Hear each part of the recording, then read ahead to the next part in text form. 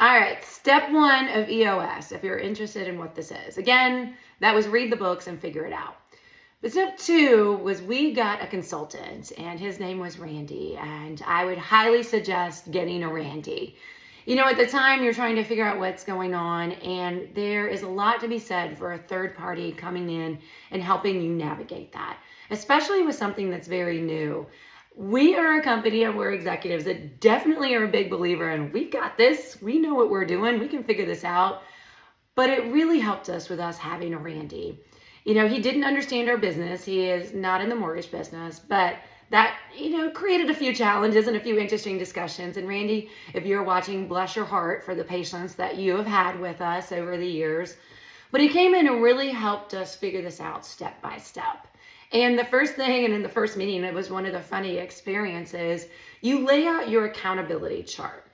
And what that means, in simple terms, it's an org chart, but it's not an org chart. Org chart has people. And when you're laying out your accountability chart, that's all about accountability. That's who's doing the job, who's responsible for the job, and then making sure you put the people in later. If you guys have ever read The E-Myth, it's one of my favorite business books. I read it many, many years ago, and it still resonates with me that you need to build your business with the end in mind. And even no matter where you are in your business, if you're 1 year in your business, if you're 5 years, or if you're 30, 40 years, doing this exercise periodically is very healthy to step back and say, okay, where do we need to go with the changing market and what's going on, and really look at the business as a business and what you need and the parts that you need and the structure that you need.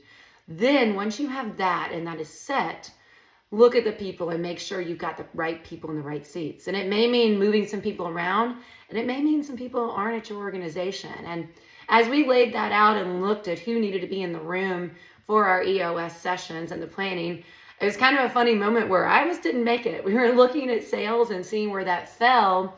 And at the time, looking at that falling underneath one of our owners. And as you get into the EOS, you'll see some of the parts of that. And that meant that I didn't really have a seat at the table. And that was something that we looked at and thought, okay, our owners didn't want to be in that part. They had a different role in the visionary and implementation stage. So we needed to really look at the organization of our and where we had people and what that structure looked like. And it made us change around where different pieces in the organization fell. So that's kind of one of the first steps that you look at, is kind of laying out your organization and seeing where things are at with your accountability chart.